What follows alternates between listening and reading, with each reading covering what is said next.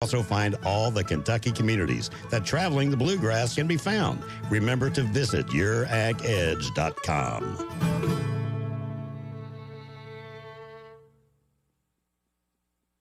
Hi there, Jenny from Big Deals again. Did you know that when you purchase locally, 83 cents of every dollar stays right here in our town? And shopping locally has never been easier. This holiday season, give the gift of gift certificates from your local Big Deal store. You'll find dozens of local businesses, from restaurants to car care to entertainment to personal care. Big Deals. It's kind of a big deal for the holidays. Click on Loyal Listener Big Deals at WPKYonline.com.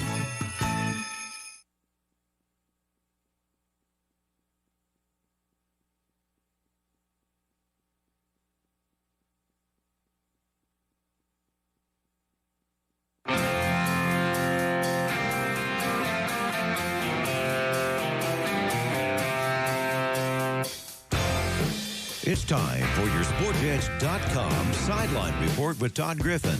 Talking sports and more here on 1580, 103.3 WPKY and worldwide at WPKYonline.com. Here's your host, Todd Griffin.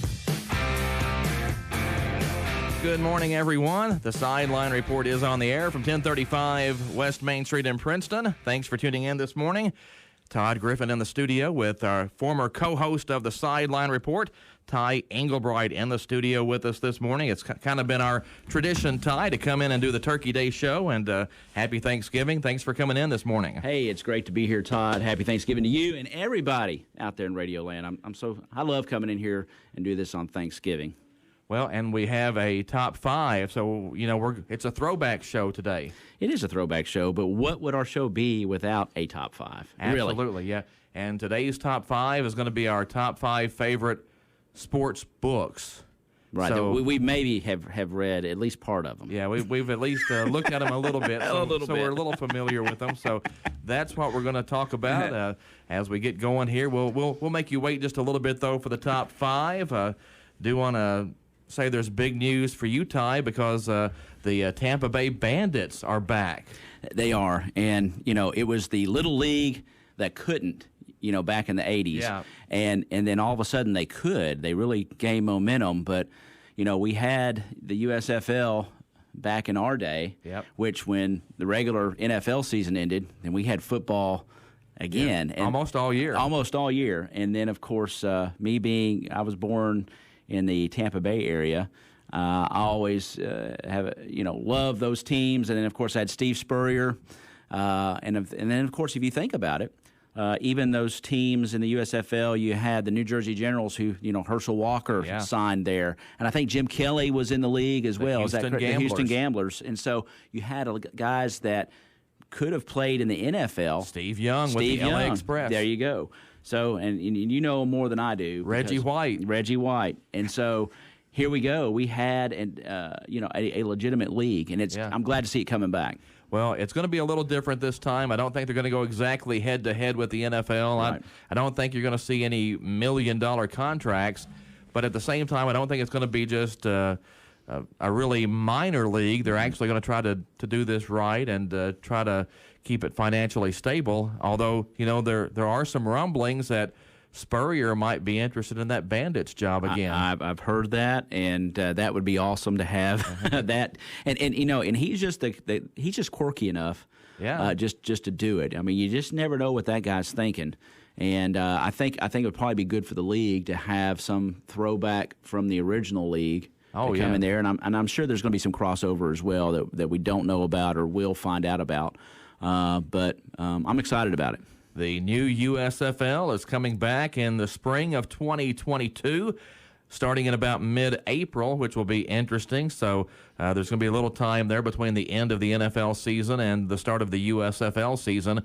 Of course, the XFL says it's coming back in 2023. Mm-hmm. Dwayne "The Rock" Johnson is all involved in that. Right. And So that could be interesting because the XFL wants to start right after the Super Bowl. So you could have a situation where you have the NFL and then the XFL, which I was a big fan of the second XFL with the St. Louis Battlehawks. Yes. And then the USFL right after that. You know, I watched a few of those games, and it's exciting football. Yeah. And, you know, if you like football or a version of football, American football, then you know, all those leagues have something for you.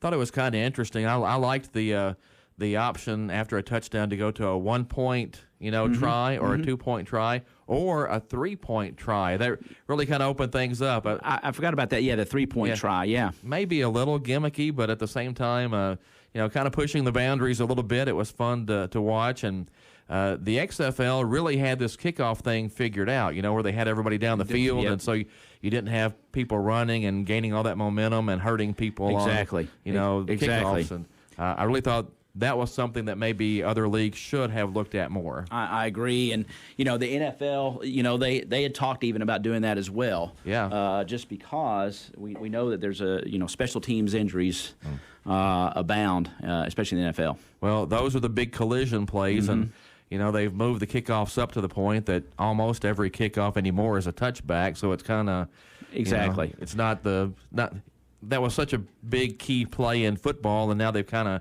taken that out, but I understand why, because of the injury situation. But it is exciting when you have a live ball and you get to see a run back, because you don't really know what's going to happen. So the XFL kind of figured that out a little bit, but of course I was a big USFL fan back in the day, and I think it was 83, 84, 85, kind of played out in 86, kind of ran out of money. Yep.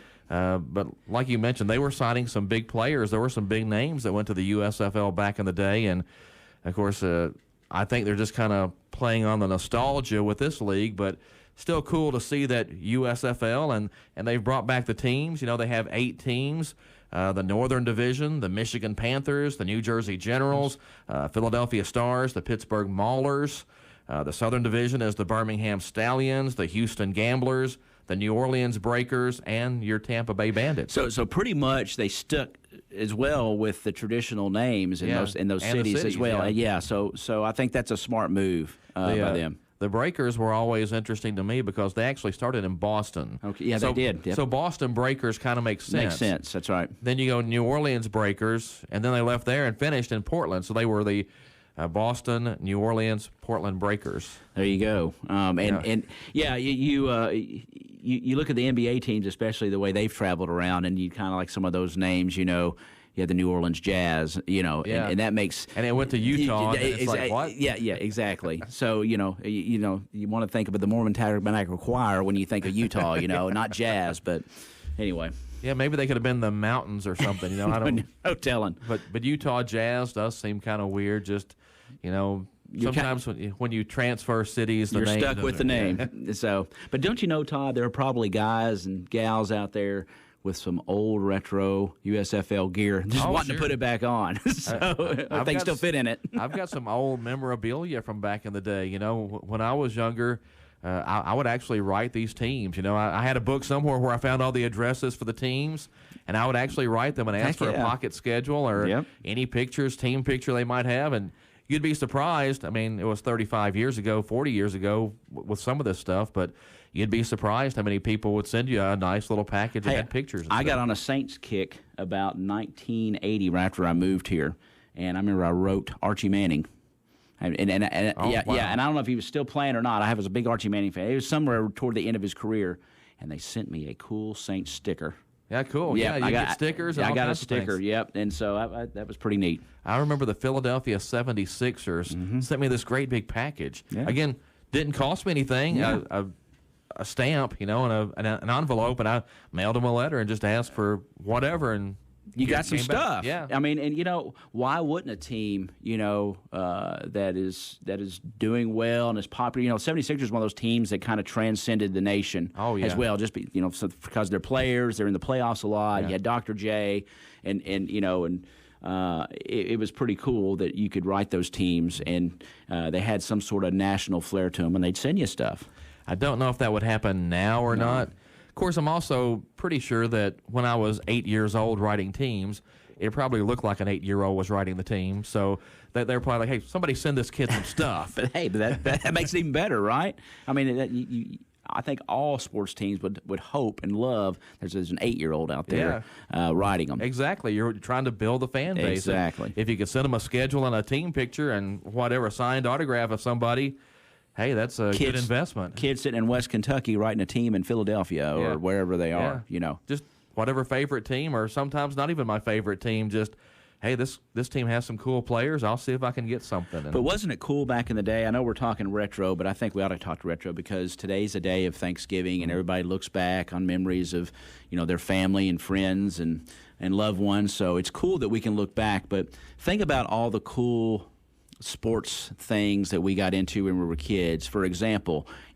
going through the Dairy Queen drive-through and getting the ice cream in the baseball helmet. Yeah, and you had to collect all of them. You had to collect all of them. How about the quarter machines? You stuck a quarter in, and you got all the mini baseball helmets, and you had a cardboard holder that you hung them on, and you collected them all as well. So those days, unfortunately, are gone. I mean, you don't see that kind of stuff anymore because there's just so many other things to entertain, kids of that age. But, boy, you look back on that, and it was. I remember wearing those old plastic helmets, the one that you could actually buy in the stores, I mean, all day long. And then for some reason, you have a headache in the day. And you go, why? Well, you had a 3-pound helmet on your head all day. Squeezing your head the whole time. With that old band on there. Well, I actually remember talking about the old machines that you got the stuff out of. I remember the old Tressler's building. When Tressler's was there, they had a machine that had pet rocks in it. There you go. And the only reason I remember this is because, you get it out and you open it up and it says it has your pet rock's name. Mm-hmm. Well, I bought one time and it actually said your pet rock's name is Todd.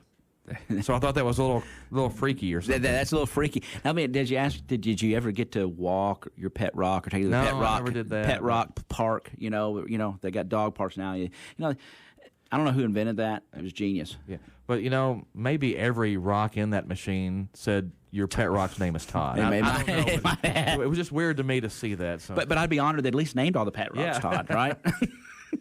But talking about the USFL, I was going to say that there might be people with bigger memorabilia collections than I have, but I bet nobody has the Portland Breakers cheerleaders in a big picture that was sent to them. So probably not. So that's I would my say collection. I would say that you're probably, I'd hang on to that. You never know; it may be valuable on eBay one day. Yeah, that USFL stuff might catch on again. I hope it does because I hope the league catches on, and I hope that in a world when we need good news in sports, any league that you want them to succeed because we need something good to think about and have a good time with. Ty Englebright in the studio with us this morning on the Sideline Report. Thanks for tuning in on this Thanksgiving Day. We need to get to a break, but we'll come back and have more. Don't forget a top 5 coming up in just a bit here on 1580 103.3 WPKY. The holiday season is just around the corner. Perhaps you need to spruce up your home, or maybe you need some maintenance on your vehicle to get it road ready for holiday travel. And then let's not forget about purchasing all the gifts. At ABC Finance, we can help with loans from $500 to $12,000. Decisions are made quickly, usually within an hour. Apply online at abcfinanceonline.com or stop by our locations on Fort Campbell Boulevard in Hopkinsville and the Princeton Plaza in Princeton. Life is filled with moments we share with those we love, worry about, and strive to protect the most. At Woodman Life, we provide life insurance and retirement products to help protect you and your family so that you can enjoy all the moments to come. This is Josh Ray, your local Woodman Life agent. Come see us at 1009 West Main Street or give us a call at 365-6111. Certain eligibility and age restrictions apply. Woodman of the World Life Insurance Society, Omaha, Nebraska. Caldwell County is a special place in western Kentucky, featuring beautiful tracts of land. Even though the real estate market is always in a constant state of change, Bollinger Real Estate and Auction understands this and is ready to work for you. Hi, my name is Ben Bollinger with Bollinger Real Estate and Auction. Whether it's a property valuation or time to sell, Bollinger's team is dedicated to work for you. Real estate solutions with a passion for people. Whatever temperatures this winter brings, your friendly and knowledgeable Bryant dealer is ready to help. Your dealer is committed to achieving a high level of training and skills and backed by an outstanding product from one of the industry's most trusted names, Bryant. Whether you need a quick fix or an entirely new heating system, your local Bryant dealer will do whatever it takes for your family's comfort. Contact H&L Heating and Air today for all your heating and cooling needs. Bryant, whatever it takes. Your WPKY Weather Edge Weather Center forecast is brought to you by Black Patch Grill. You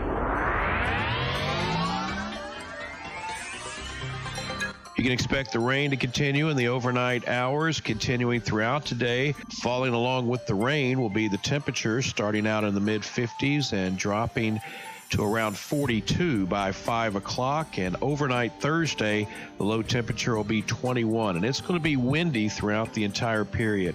Sunny on Friday with a high of 44, warming up to 54 on Saturday. But again, rain overnight, going to be windy. Temperature will reach the 50s later today.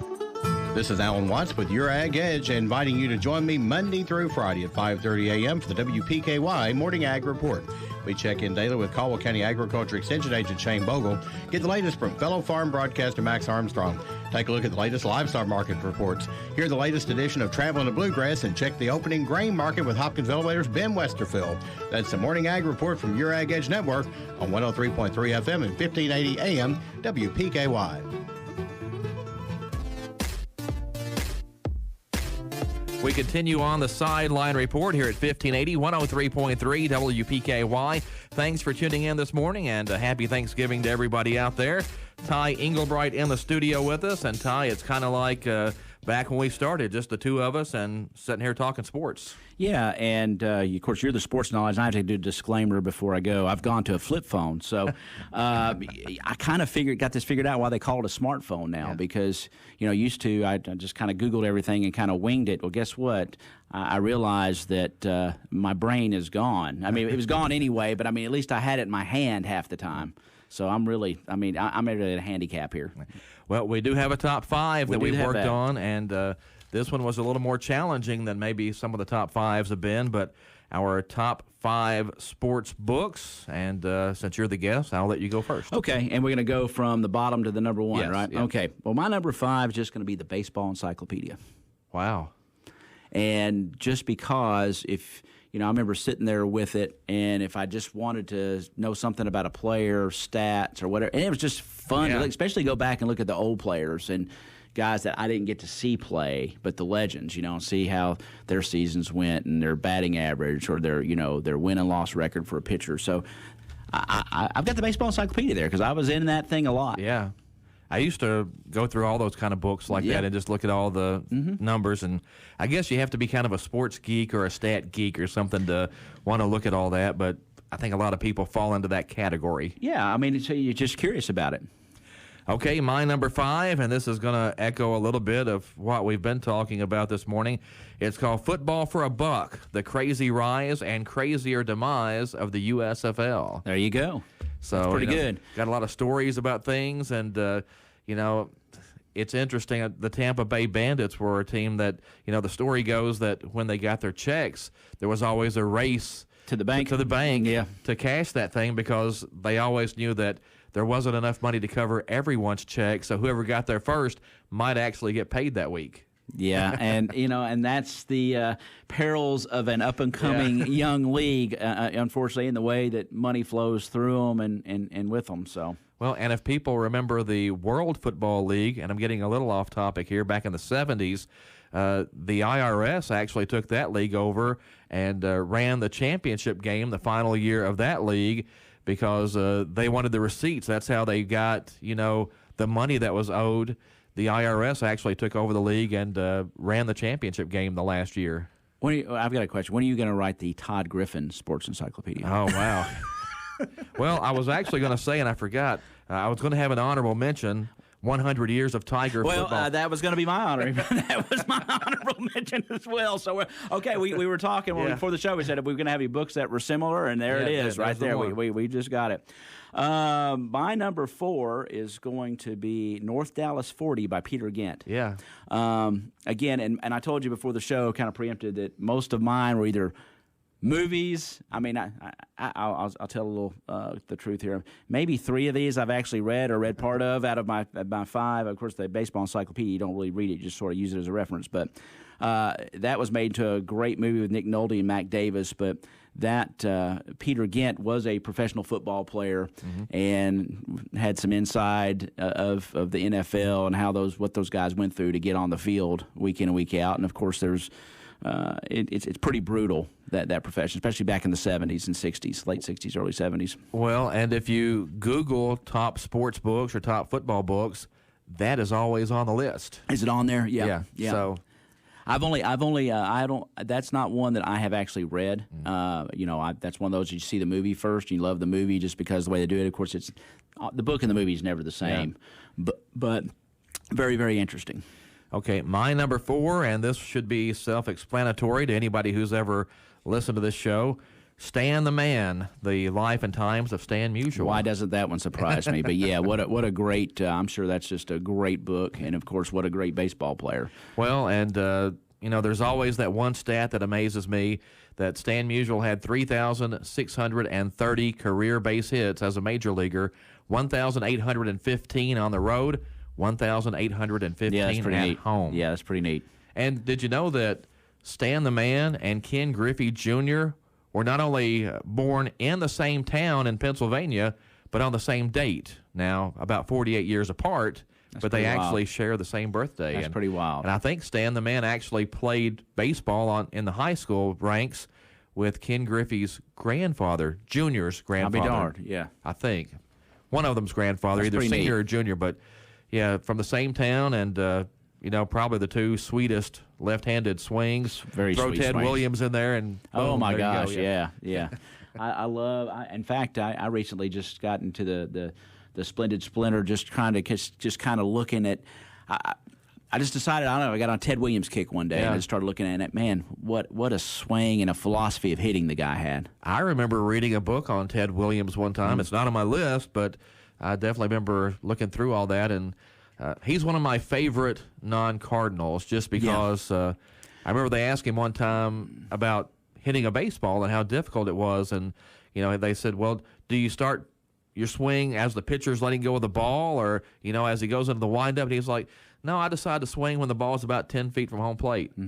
Well, if you can wait that long to make a decision, that shows you why the dude hit 400 something. Yeah, and I was reading something, and they were just talking about the incredible hand-eye coordination that he had, and then his ability to see the ball out of the pitcher's hand.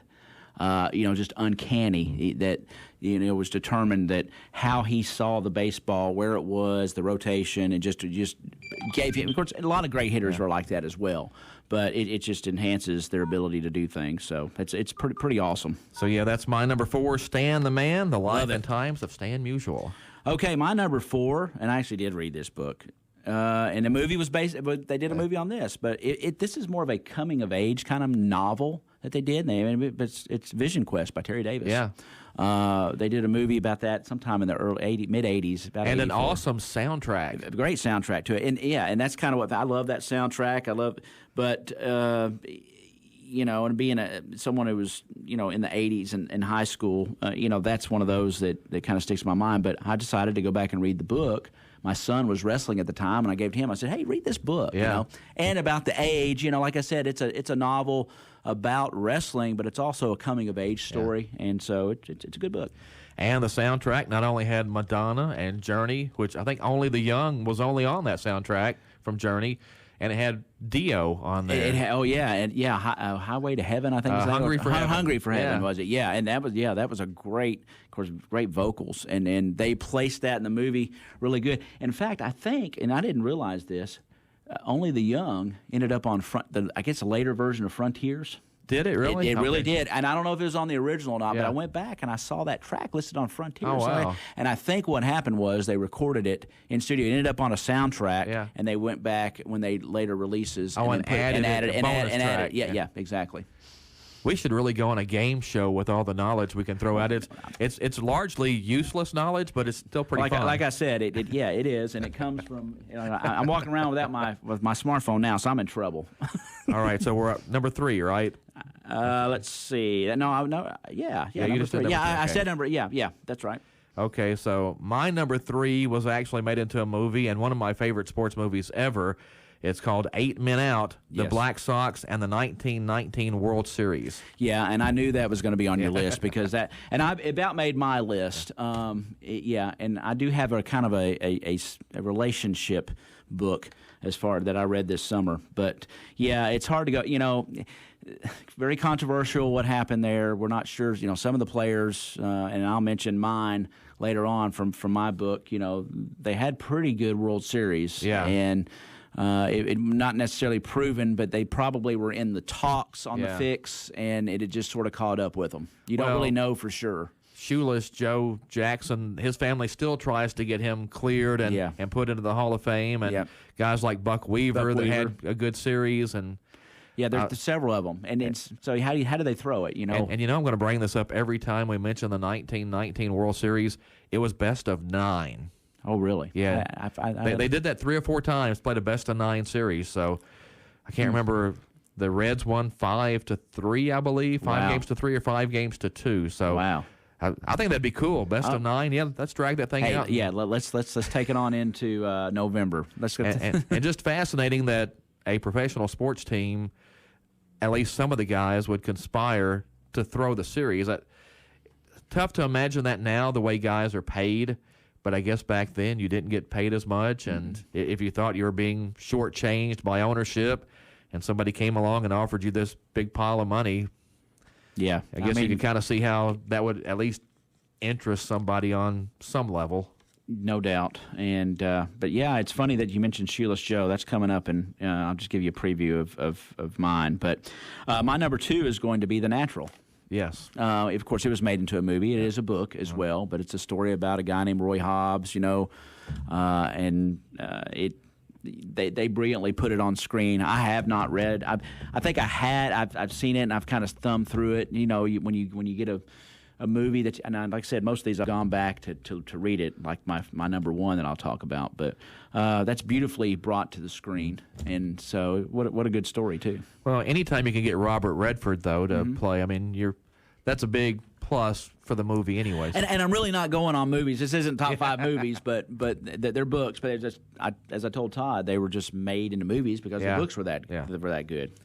Okay, my number 2 is going to be The Boys of Summer, about the Brooklyn Dodgers, which is always one of my favorite no longer there teams. I mean, I know they're in Los Angeles, but, Ebbets Field was back in the past, and one of those places, if you had a time machine and you're a big sports fan, you'd want to go back. Yeah, you'd have to go back and check it out. No doubt about it. And you hear the stories about the Brooklyn Dodgers and Ebbets Field and just what it was like to be in there. Same for the old stadiums. The Polo Grounds comes to mind too. And when those teams that were based there on the East Coast, moved away and they destroyed.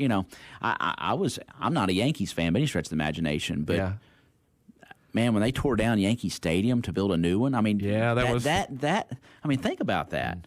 That's tough. I know it's beautiful what they have up there now, but think about the history. It would be like tearing down Fenway Park to build new Fenway Park. Yeah, or Wrigley Field. Yeah. I mean, so, man, like I said, I'm not a Yankees fan, but I struggle with that. Yeah. Well, and there's an iconic picture out there of Jackie Robinson on the street leaving Ebbets Field after his first game with the Brooklyn Dodgers. And, of course, you can see Ebbets Field in the background, and he's just walking along. There's no crowd around him or anything. It's just Jackie strolling on the sidewalk after his first game, and kind of one of those famous sports pictures. Did they do something to the monster? It looked different to me this year. I don't know why. Well, they put seats on it several years ago at the top. Maybe it's just I hadn't seen a game up there, but I was watching, part of the playoffs this year, and I was like, something looks different. Yeah, they've got, 3 or 4 rows of seats across the top. I guess that's what it was. Yeah, back in the day, there was just a big net up there. Yeah, and it just, you went over the monster. Yeah. So, okay. We're up to number 1. Okay. So, I know I do this to you, but I can't help myself. There are 2 beautiful movies were made from 2 pretty cool. Actually, one of them is not a book, but I got to mention the movie because it's just so beautiful. But I read this summer Shoeless Joe by W.P. Kinsella. Yeah. I actually read the book. I always want to go back, and the book is great. But if you've seen the movie Field of Dreams, I was going to say that's where that came from. That's where that came from, and it's quite different, but similar in many ways as too. In fact, in the movie, the fictitious Terrence Mann is the author that the Kevin Costner character Ray Kinsella kidnaps. Well, in the book, it's actually J.D. Salinger who wrote. Oh, okay. Yeah. So it's pretty interesting that and J.D. Salinger becomes pretty much a participant in Ray's quest. But if you haven't read it, or if you haven't seen the movie, I'm not going to spoil it. But is that The Catcher in the Rye? Yeah. Exactly. So it's a beautiful, beautiful book, but I think they even did better when they brought it to the screen. Yeah. And then, of course, Chariots of Fire is one of my favorite movies, and that Colin Weller wrote a book about Harold Abrahams, who is one of the runners.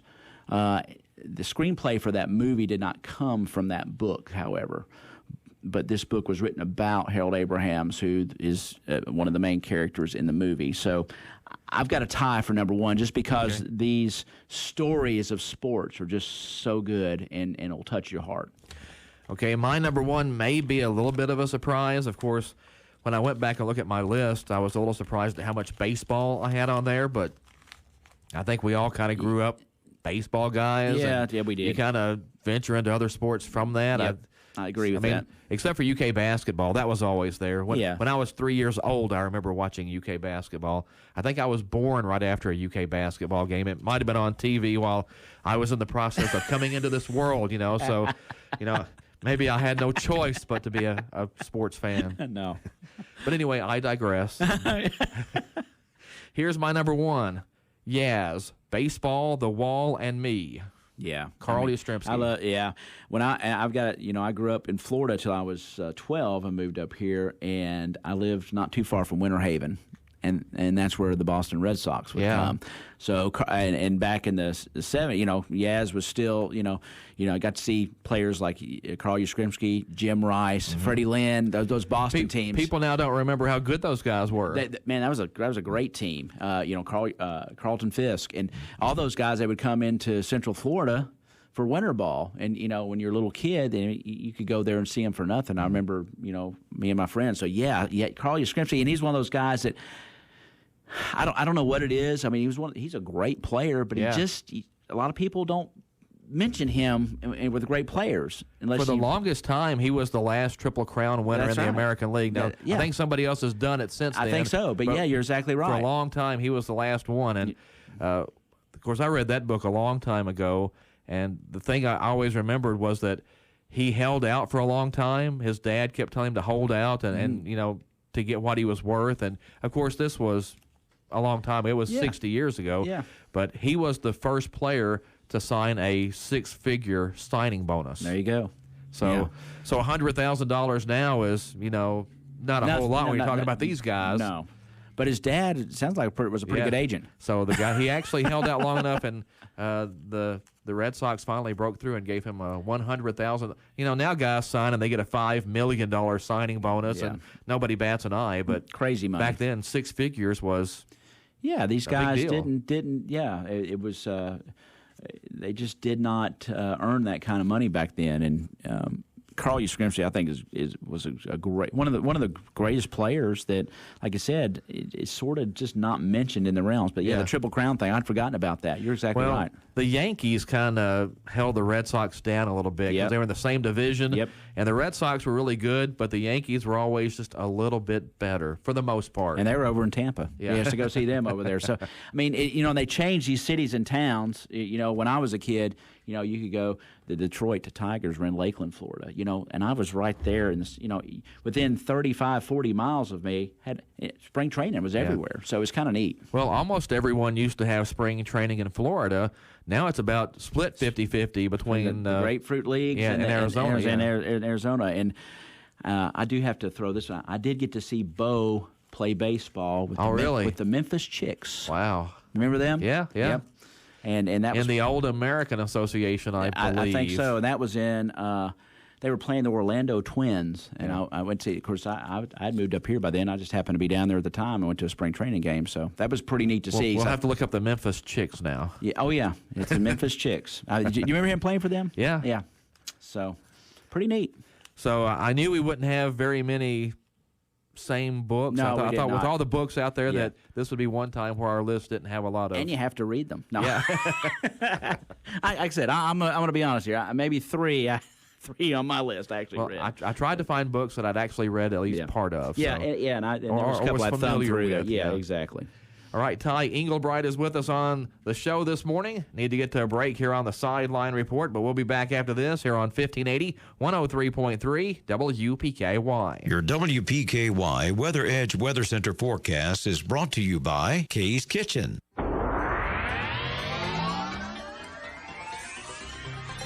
You can expect the rain to continue in the overnight hours, continuing throughout today.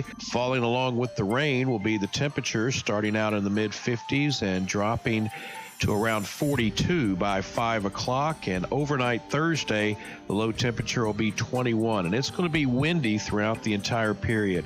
Sunny on Friday with a high of 44, warming up to 54 on Saturday. But again, rain overnight, going to be windy. Temperature will reach the 50s later today.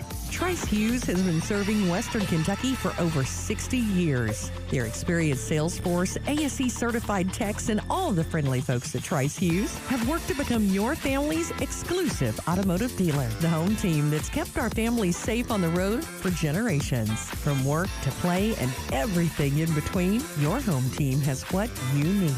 Stop by and drive the difference. Our home team, Trice Hughes, Highway 91 North in Princeton. Get the care that you need to stay mentally and physically well from the convenience of your home. Health First Community Health Center is doing their part to help stop the spread. They're now offering telehealth services to keep you healthy at home. Scheduling a virtual visit with your medical or behavioral health provider is easy. All you need is a smartphone, tablet, or computer and internet access. Contact their office for an appointment at 877-667-7017. That's 877-667-7017. At Health First, your health is their first concern. Shop Joe & Co. Boutique on Black Friday for doorbusters starting at $10. 20% off Kendra Scott and 40% off Savannah Jane. Small Business Saturday, 20% off Kendra Scott. All regular price clothing, buy one, get one 50% off. And the first 20 customers receive a swag bag. Mad Jacks will be there both days with goodies. This is the Sideline Report on 1580, 103.3 WPKY. Thanks for tuning in this morning and happy Thanksgiving. Ty Engelbright in the studio with us. And, of course, Ty and I kind of created this show a few years back. I think this is our 5th Thanksgiving show. And, you know, you've been gracious enough to come in and join us all the time. And it's kind of tradition along with Turkey Day. Man, I love it. I hope we can do it for another 25, 30 years. I don't know if I've got 25 or 30. But we'll run that as long as we can, though. Yeah, sure. As long as we can do it. Todd, I'd love to come back. I appreciate you asking me. I feel like I don't add much to it, but I hope we can talk a little food before I leave. All right. At some point. So I'll leave that to you to bring it up. We'll get to that, but I did want to say, hey, you're an Atlanta Braves fan, right? Yeah, oh, yes. So congratulations on the World Series. That was something, and I have to admit, too, full disclosure, I just haven't, since TBS quit airing them the way they were, and I basically cut the cord from cable, I don't get to see a lot of sports on TV anymore. But I did sort of, through the internet, pick up with the Braves. About August, they just kind of got hot. Yeah. They were, I think they only won 88 games this year. I think they were below 500 at the All-Star break. I think they were, and so but that's the way it seems like baseball works. They get hot. You've got a good manager that I think Snitker did a great job. Of course, he's a Bobby Cox protege. And Bobby Cox is, to me, a legendary manager. But when you punch all the right buttons, motivate your players, get your pitching line. I think that was huge. They had a great bullpen. they didn't need guys going deep into innings. Yeah. They could get in the bullpen. They could, and then you had great bats, and you had guys that were hungry to win. And you had your Freddie Freemans that, and then you had your people that were just contributing all around. You made good moves during the during the trade. It just worked. Isn't it amazing though in sports and baseball especially? It seems like if things are going bad, as soon as you get behind a run or two, it's like, oh my gosh, here we go again. Mm-hmm. But you get on one of those magical runs and you can fall behind 4 or 5 runs, and it's like, hey, we'll go get 6 or 7 runs and win this game. And it's just somehow it just all comes together sometimes. It does. I got a little concerned, when they had a chance to ice it at home, and then I think that they had to go back to Houston, but. Still, it's you just sort of had a sense that they weren't going to be denied this year after 21 years. Yeah. And I watched a lot and kept up with it. Back in the 90s when they were on those runs each and every year. And really, I was a Braves fan. Growing up in Florida because we had the old Channel 17 out of Atlanta. Yeah. And that's when I started watching the Braves back in the 70s, and that's kind of was our team. We didn't have the Florida teams back when I was growing up there, so the Braves have been my team since then. Well, we've talked about that on the show before, that the reason there are so many Braves fans and so many Cubs fans is because growing up in the 80s, they were on TV all the time. Yeah, you had WGN. I don't know how many games they had, but I think TBS ran 148 Braves games a year. So think about that. Yeah. I mean, that's almost a whole season, maybe minus the 20 that they had contractual obligations to networks or whatever. So I think at some point Major League Baseball actually decided it wasn't fair that those teams had that outlet, a national outlet, for what was essentially a home team broadcast. Exactly, and they even picked up the moniker, I think, America's team, kind of like the way Dallas Cowboys were, because it just seems like that, everybody across America, had TBS and could watch the Braves. Yeah. And you see, someone in Montana will be a Braves fan because they watch TBS. Well, as a Cardinals fan, I was always excited when they played the Braves or the Cubs because I knew I could watch the game. You had all the games, yep. Now, nowadays, you can just about watch every game. Streaming or whatever. Somehow. Yep. But in the 80s, that wasn't an option. I mean, you'd get a few Cardinals games, especially on the weekend, that would be on the old Cardinals network, and you might find a station around here that would have it. Man, I love that. But when you had TBS, you knew, hey, they're playing the Braves. I can at least turn this on and watch it. They're playing the Cubs. I can turn on WGN and watch it. So I was always kind of excited for those games. I was too, and I like the Cardinals, and I always kind of liked the Cardinals and rooted for them. And there was nothing, of course, us, being radio, man, I love to turn on, the Cardinal radio network and listen to, Joe Buck and Shannon and, and those guys, they'd be drinking their spirits and those guys had a good time in the booth, you know what I'm saying? and a lot of people don't realize that Jack Buck and Harry Carey were the voice of the Cardinals for a long time. Exactly. And I mean, but look at those broadcast superstars. And then you love Harry Carey when they and Steve Stone, just and the announcers for those. I mean, you look at some of the legendary announcers. You had John Sterling, who's with the Yankees now. You had Pete Van Wieren and Ernie Johnson and Chip Carey. Yeah. So I mean, my goodness. Yeah. So fun to think about anyway. Need to get to another break on the show. We'll come back and more, and we'll talk a little food when we come back. Sounds great. Stay I'm hungry. with us. Sideline Report rolls on here on 1580, 103.3 WPKY. Raider Auction Company, Hopkinsville, buys and sells farm equipment every day. Find out more at RaiderAuctionCompany.com. That's ROEDER AuctionCompany.com.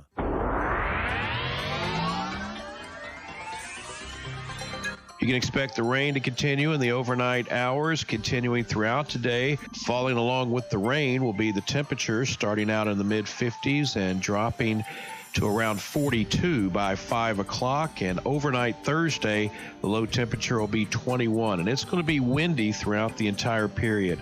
Sunny on Friday with a high of 44, warming up to 54 on Saturday. But again, rain overnight, going to be windy. Temperature will reach the 50s later today. Goodwin Insurance Agency and Woodall Agency have great news. Effective January 1st, they have joined forces to provide even more options for all your insurance insurance needs. Together, they provide the best prices and coverage from top-rated insurance companies and insure all lines of insurance. See Tori Hammett or Fred Foltz, or go to insurewithgoodwin.com for more information. Don't pay too much for your insurance. Let them shop for you and save today. Since opening its doors in 1996 in Hopkinsville, Planters Bank has made a name for itself as an energetic, forward-looking player of the financial services landscape. Contributing to their success is the flexibility afforded by being well-capitalized, locally owned, and responsibly managed. Today, 25 years later, Planters Bank has offices serving Hopkinsville, Western Kentucky, and Clarksville, Tennessee. Looking forward to the next 25 years. Planters Bank. Expect great things. We continue here on the Sideline Report at 1580, 103.3 WPKY. Happy Thanksgiving. Thanks for tuning in this morning. We are live in the studio, a brand new show. Ty Englebright with us. And Ty, you're looking at the schedule for today of the NFL. You know, back in the day, we used to get a couple of Thanksgiving Day games. Now we get 3 of them. And just looking at the schedule, looks like they get better as they go. We start with Chicago at Detroit, Las Vegas at Dallas, and then Buffalo at New Orleans, the late game. Yeah, they're all, you know, it seems like Thanksgiving is always, there's nothing better than having football. And I love to throw around the pigskin. This is my kind of Thanksgiving morning. This is so damp. I remember growing up as a kid, it didn't matter what the weather was. You'd go outside and toss a football around with your friends or your brothers, your sisters, whoever it was, you know, your dad, mom, whoever. And I hope that I get to throw a football sometime today and hopefully watch one of the games or two. Not really sure that my arm will hold up for that anymore, but it sounds fun anyway. So I love it. I love it, especially a little man, spend hours. I mean, if I didn't have anybody throw it, I'd just go out there and throw it up in the air for myself, you know, with myself, because it's just a great tradition. Football on Thanksgiving. Well, yesterday would have been the great day to be outside playing ball. You know, that was a really nice day. Beautiful day. I was in the yard most of the day yesterday, you know, Todd, we talked a lot about going back, but we were talking about announcers, but boy, don't you miss the Pat Summerall, John Madden football. Oh, yeah, they were the best. And you know, John Madden doing his boom and thum and then talking about the turducken and you know, and giving it. Man, those were great traditions. Well, and I miss Dick Enberg and Merlin Olsen and NBC. So they were fantastic as well. But and of course we're going back to our youth. This day is very sentimental for many of us, and you think about those days, but it's a lot of fun. Well, that was always Turkey Day. You know, I mean, you get up and get ready and have your meal, and then it's time to turn on the football games. Darn right, and just nap, and you kind of have one eye open, one eye shut. So, but 3 games is pretty cool, and I think it's great. You had 2 games, and of course you always have Dallas playing. You usually have Detroit. You know, those are the traditional Thanksgiving teams, and it's nice to see that is still the way it is. But you have to be careful with the turkey because that stuff will get you, and you won't make all 3 football games. No, that's right. And I'm looking forward to taking a nap later. You know, you combine turkey with just a little glass of wine as well, and that you can guarantee you're going to get a nap. What is it in the turkey that makes you sleepy? You know, I don't have my brain with me anymore. I was going to look it up. But, there is some sort of little chemical in there. I think it starts with an M, and it's not melatonin, but it's something like that. I can't remember. I should have looked that up before the show. It's like a trophin or something. I don't know. But it does knock you out, no doubt. It'll give you a little turkey buzz. They call it a little turkey, want to put you to just nice little mellow mood. So you've got a big meal coming up. I hope everyone does today. Yes. But what are you looking forward to the most? The most thing the Thanksgiving tradition I have is Molly makes a good oyster dressing. Or some people call it oyster. Some people say it's an oyster casserole, but being from Florida, I love it.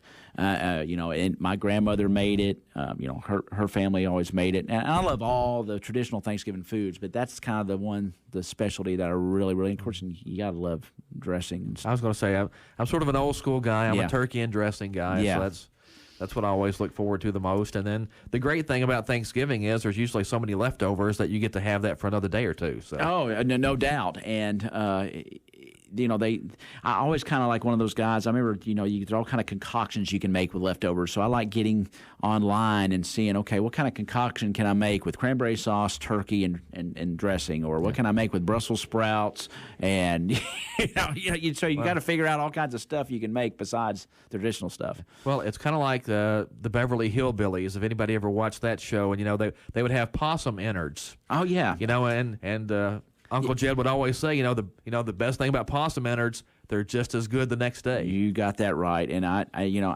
way I'm feeling right now, possum innards sounds pretty good. Or and the Beverly Hillbillies. I mean, come on, that you can't get it much better than that. Oh, classic. Green Acres, maybe. Yeah, I mean, we were spoiled growing up because we had all these great shows. We just keep throwing it back and throwing it back. But yeah, we were, and what I kind of like to do this kind of year especially is to go back and with all the streaming channels, different things, you can go back and find all these holiday type shows, whether it's Thanksgiving or Christmas. And we would be remiss if we did not mention the Star Wars Christmas special. Do you know that thing? I thought we had tried to sweep that under the rug. It's hard to watch, man. I think it's the only thing Art Carney ever did that wasn't great. Yeah, I think you're probably right. And you're looking at him, you're like, what in the world is he? Who cast that thing? Yeah. And then why did the people that were in all the stars agree to do it? I mean, it's rough, man. I think Harrison Ford has actually said he doesn't remember it. It's probably good. He probably should have stayed medicated or whatever just to get through it. But one of my favorite movies this time of year, though, is Planes, Trains, and Automobiles. Oh, yeah, it's a classic. The late, great John Candy and Steve Martin. I mean, how do you go wrong? No, you can't go wrong there. And it is, I think, are they trying to get home for the holidays? Yes, I thought they were. And what a collaborative team of comedy. And they have quite the adventure. And, they've already started running Christmas Vacation on TBS. So yeah, and that's one I kind of wait a little bit closer to Christmas. Now, I have watched The Waltons' Homecoming already. All right. I have done that one. I snuck that one. I haven't seen that one yet. The news cycle of the day was pretty rough, and I said, you know what, I got to put something on that, make me smile. So there's lots to watch. There's football. There's all kinds of holiday specials. So it's just going to be a great turkey day, and appreciate you coming in and being on the show this morning. Todd, man, you and I go way back to the old days, and I was telling Molly, I was man, I'm really appreciate mine and Todd's friendship. Yeah. It means a lot to me, and Thanksgiving is special here with you, and I hope we can do it for a long time to come. And we've worked together at least 6 times At now. least 6 times, and you're the one that's always consistent. I'm the one that's coming and going all the time. But it's good that we can, after all these years, over 30 years, close to 40 years, that we've been together in some way, shape, or form. Since the mid-'80s. Yeah, very much so. So I really appreciate you asking me to come back. It's always a pleasure to be on the airways with you, and I hope you and your family have a wonderful Thanksgiving to all of you out there as well. You too, and happy Thanksgiving. Thank you. That's Ty Engelbright. This is Todd Griffin. Thanks a lot for joining us on this Thanksgiving Day here at WPKY. That's going to wrap up the Sideline Report for this Thursday morning. Stay tuned. Fox News is next here at 1580, 103.3 WPKY, Princeton, Kentucky. Fox News, I'm Chris Foster. More people are on the road for Thanksgiving this year, and the top tourist destination today is New York City, where the Macy's Thanksgiving Day Parade's happening now. Streets surrounding the route are blocked off, and the NYPD is using blocker cars and sanitation trucks filled with concrete to make sure no vehicles can get near the parade itself. There are also COVID protocols in place. Those in the parade are fully vaccinated, including Santa. Fox's Tanya J. Powers in New York. Inflation and supply chain issues may be a problem this Christmas for charities like the Salvation Army. Folks are already struggling to get the gifts for their family, which makes them less in a position to buy gifts for others. And then at the same time, as people are giving us money to buy gifts, those gifts are costing that much more if we're the ones purchasing those gifts. And it becomes more difficult to get the gifts that we need. Major James Spence with the Salvation Army in New Jersey. America's listening to Fox News. Hello, this is Discover, and we take customer service very seriously. We know that if you have a question or concern about your credit card, that's a serious matter, and you need to talk to a real person about it. So we offer around-the-clock access to seriously talented representatives in the USA. Again, it's a serious endeavor. The only funny thing about it is Bob. If you call us and Bob answers, you're in for a treat. Get 100% U.S.-based customer service and talk to a real person day or night. Discover. Exceptionally common sense. Happy holidays don't just happen on their own. You make them happen with a little help from new appliances at the Home Depot. Because warm wishes won't roast that turkey. You'll want a new convection